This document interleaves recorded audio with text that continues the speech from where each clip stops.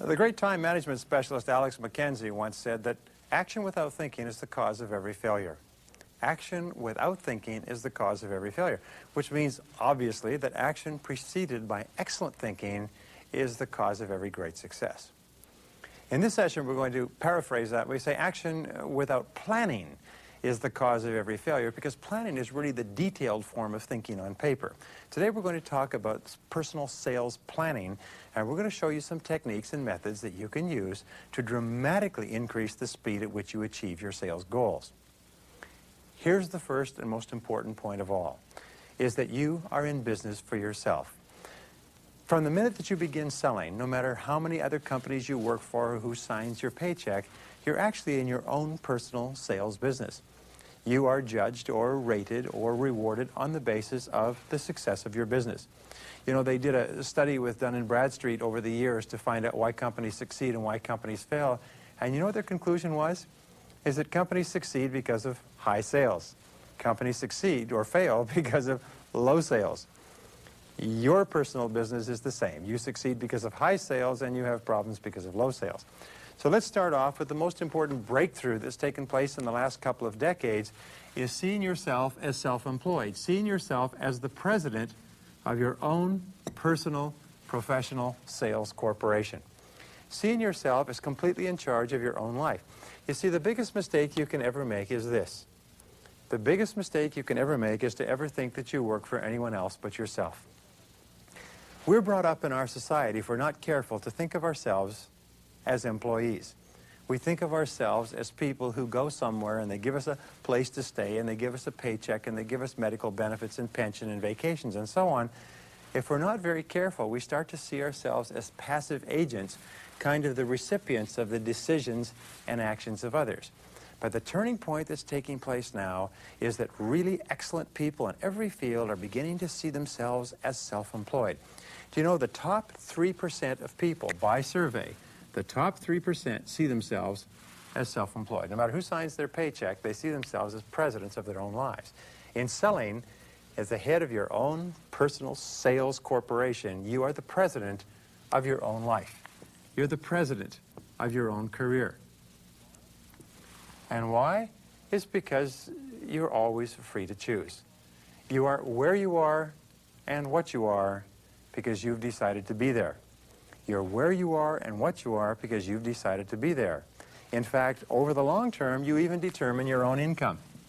You decide how much you're going to make. People will argue with that and they say, well, no, I don't decide that. The market decides it, my company decides it, the competition decides it, and so on. No, no, no, no. You get paid for the value of your contribution. Your contribution is based on your skills, your knowledge, your willingness to work hard. Your contribution is based on your education, your background, the extra efforts you put in, the going the extra mile. In the final analysis, your contribution is largely determined by yourself. Over the long term, you determine your own income. If you're not happy with your income today, you know what you do?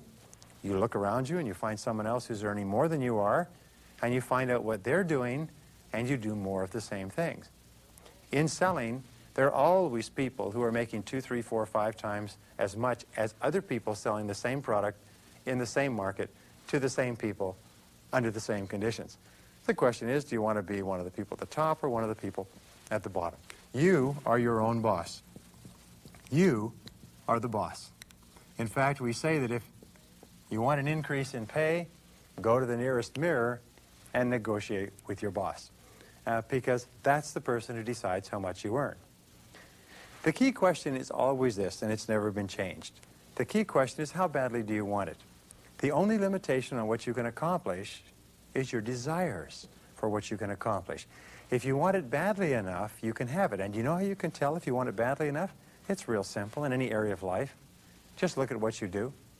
If you want to be really successful in your career, then you will put aside all other things, maybe except your family, and you'll focus single-mindedly on developing the skills, ability, knowledge, talent that you need to be absolutely excellent in your career. And if you're not doing that, it means that you probably don't really want to. Okay, what is the aim in strategy? Now, this is very important. The aim in strategy especially for corporations, and strategy is considered one of the great breakthrough concepts in the 20th century. The aim in strategy is to increase ROE.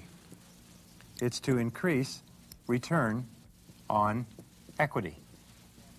The whole purpose of strategy in a corporation, and I've done strategic planning exercises for large companies, is to take their resources and their people and their opportunities and their money and their capital and furniture and fixtures and so on, and reorganize them so that the company is getting a higher return on equity, a higher return on capital invested than they would prior to the strategy.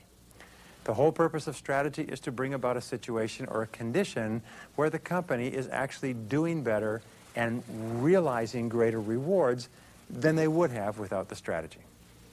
What is your aim in strategy? It's very much the same. Just like a company's aim in strategy is to increase return on equity, yours is to increase return on energy. You see, the only thing that you have to sell in the whole world is your physical, your emotional, and your intellectual energies, your mental energies. So the question you have to ask is, how much are you selling them for? If one person earns $25,000 a year, and another person earns $50,000 a year, and another person earns $100,000 a year, and they're all selling the same product out of the same office to the same people at the same prices, which one of these do you want to be? Your job is to organize your life and your time so that you are getting the maximum return on energy invested.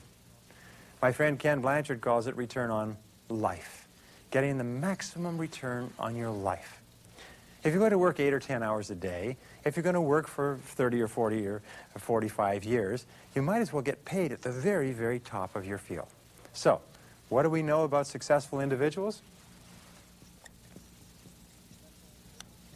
Successful individuals have certain differences from unsuccessful individuals, and one of the things that they have is they have good strategic plans. Now, it's absolutely amazing. We used to say that goal setting was the key to success, but today it's not just goal setting. Today it's personal strategic planning.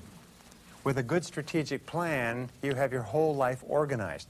So let's start off and say, what are the elements of a good strategic plan? The elements of a good strategic plan come back to this point. What do you want?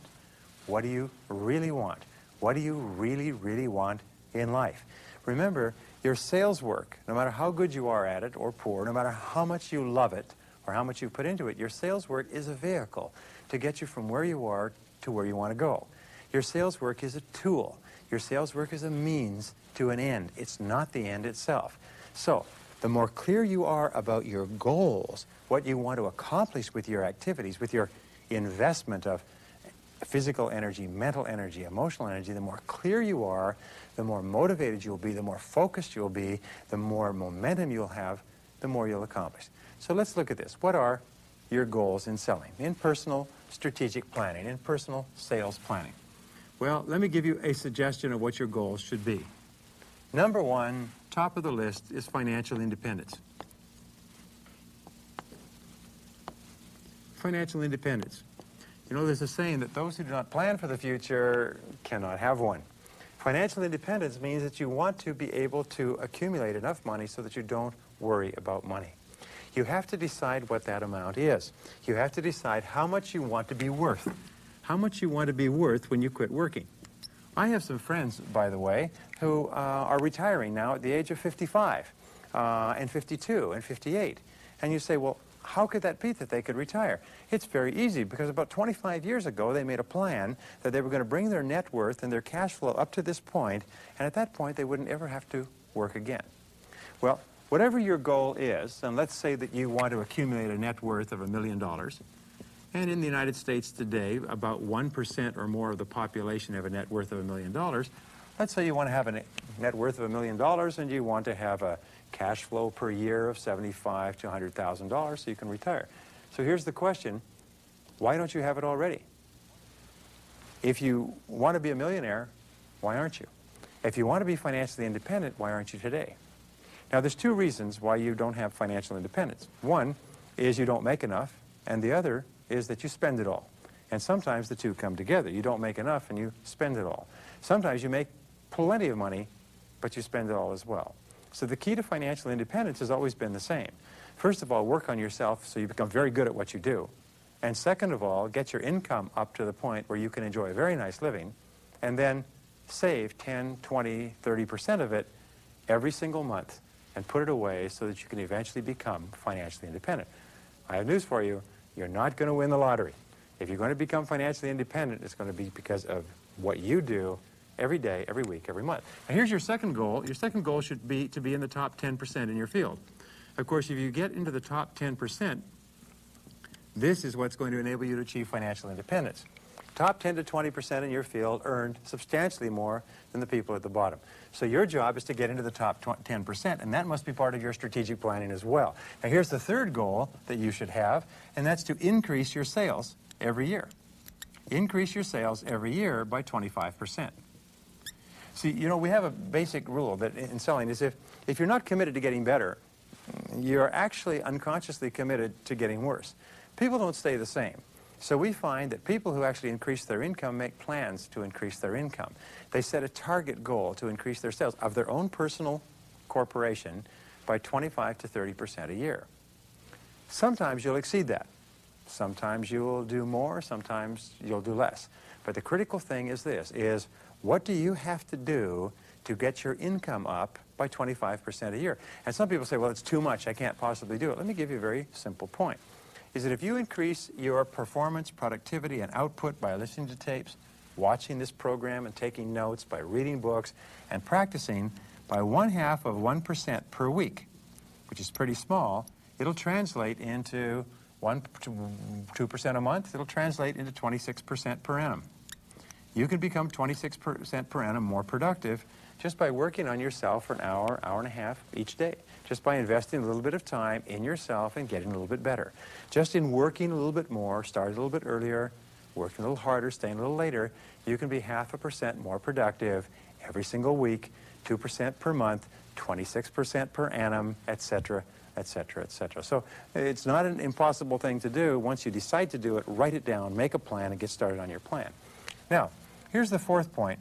The whole process of planning, which requires mental effort, determination, concentration, resolve, and focus, planning acts as an accelerator. Now, I like the word accelerator and acceleration. I think it's really valuable. Accelerator is something that makes you go faster. And when you plan, you actually go faster in the direction of your goals than you would if you didn't plan.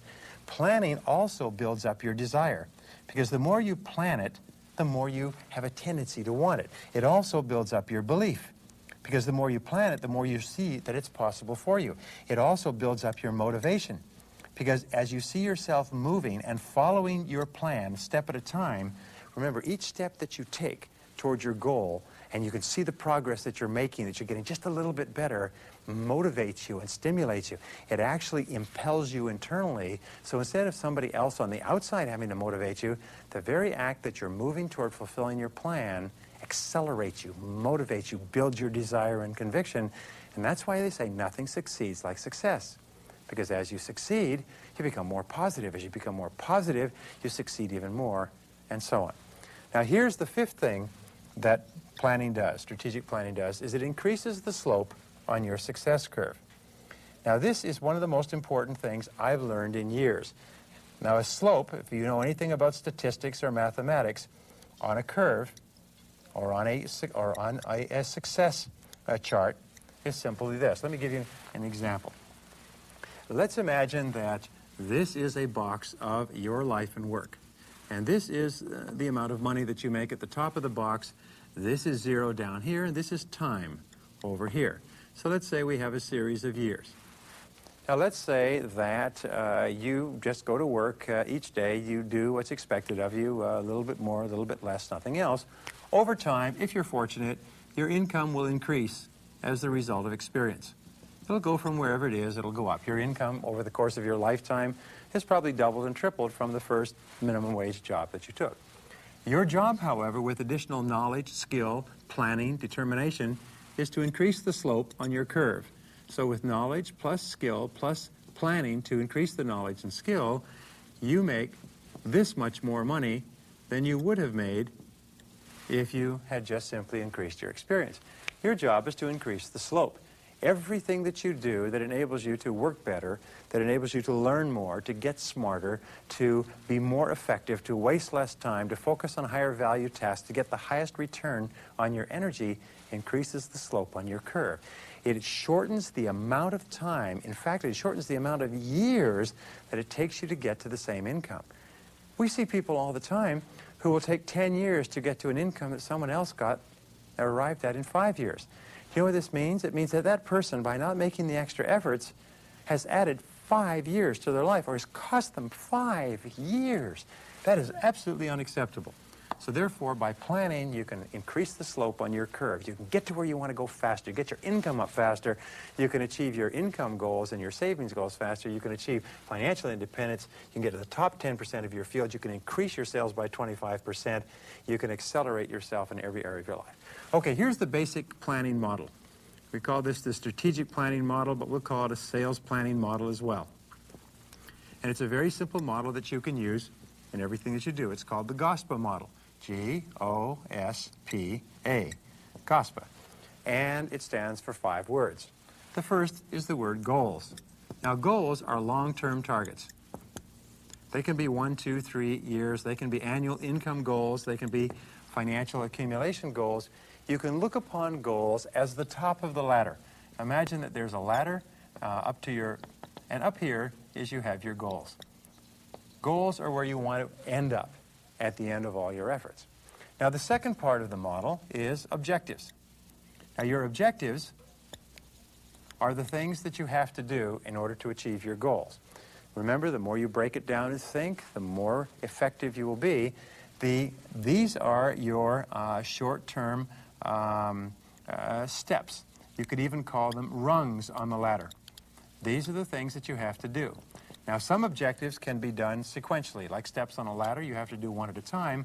Others are sequential. You can work on 2 at the same time. One of your goals may be to get better in an area of selling. Another of your objectives may be to get physically fit at the same time. Another objective may be to buy and build your dream house. These can all be done parallel. But objectives are steps that are necessary to get towards your goal. If your goal is financial independence, you're going to have to do several things simultaneously. You're going to have to get better working in different areas of work. You're going to have to invest more carefully. You're going to have to build longer-term relationships with better customers and so on. The third is strategies. Now, strategies are the how. It's the various ways, and there's always a variety of ways to achieve an objective. Strategies are how you're going to come about accomplishing this particular objective. How are you going to accomplish it?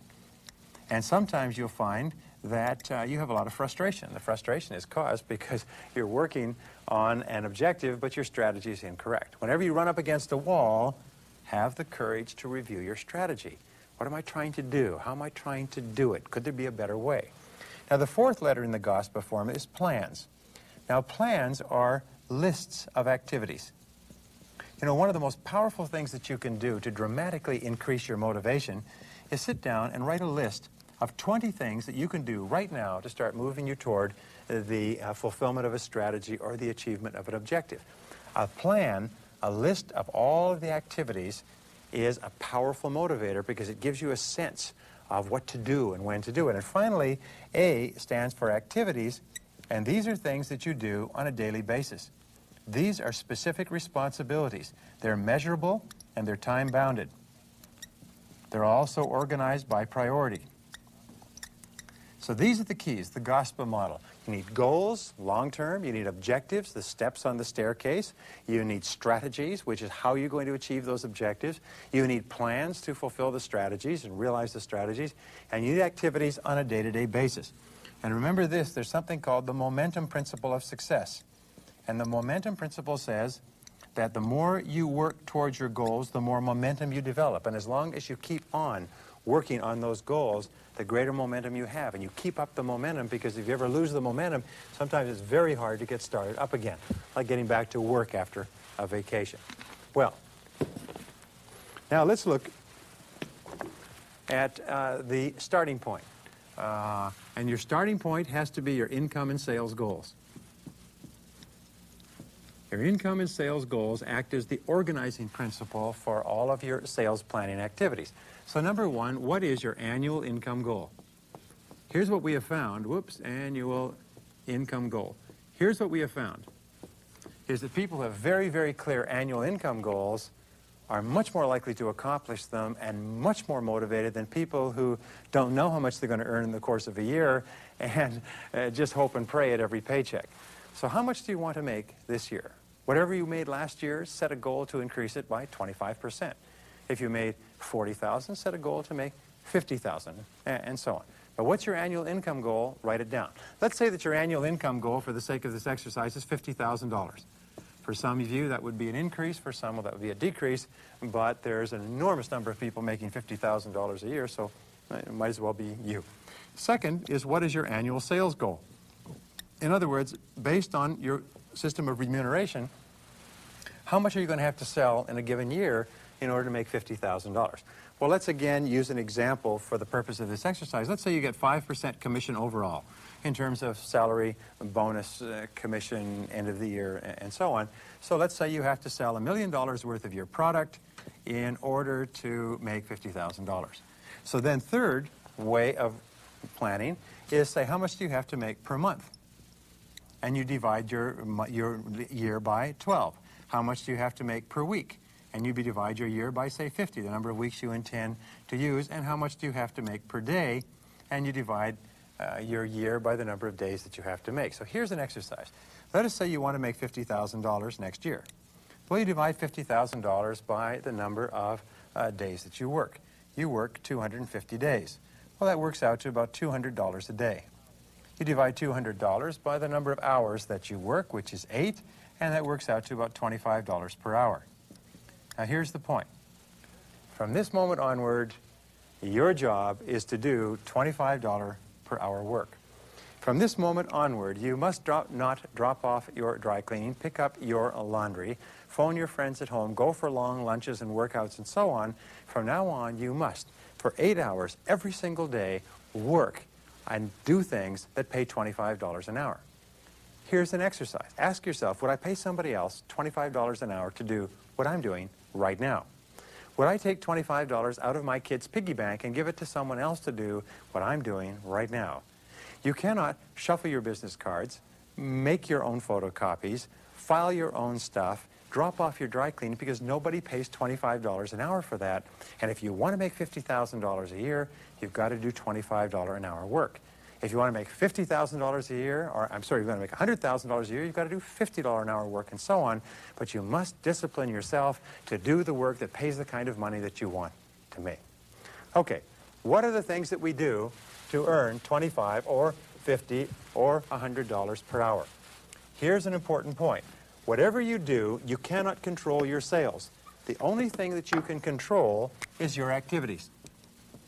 You see, your sales will come and go, and your sales may materialize or disappear based on nothing that you can do. You may bring a sale to 95% of conclusion, and it may fall apart at the last moment. So you cannot control your sales, but you can control the activities, and by controlling the activities, using the laws of probabilities, you can control your sales indirectly. So here's the things that you want to make a list of. First of all, your sales volume. What sales volume do you want for the year? Let's say in this example it's $1 million in order to make $50,000. So what is the number of sales that you're going to have to make? Take an analysis of the average size of your sales. If you make your sales are $1,000 a piece, then you have to make 50 sales in a given year. You have to make 1 sale per week and so on. Number 3 is, what is the number of calls you're going to have to make? You have to keep accurate records so that you know how many calls you make in order to get how many appointments, to get how many presentations. How many calls will you have to make in order to make ultimately that number of sales? After you've made the calls, how many people you have to get through to and arrange to make presentations? How many presentations will you have to make in order to make that many sales? And once you've made the presentations and you have to get back to your customer, how many proposals will you have to make after you've made the presentations, or what we call follow-ups to a successful meeting? How many follow-ups will you have to make in order to make a certain number of sales? And finally, what kind of a closing ratio do you have? Of the number of people you talk to at the top, the number of calls you make, what kind of a closing ratio? Now here's an important point, is how can you improve in each of these areas? How can you improve in prospecting? How can you improve in presenting? How can you improve in telephone skills? How can you improve in proposals and follow-ups? How can you improve in closing ratios?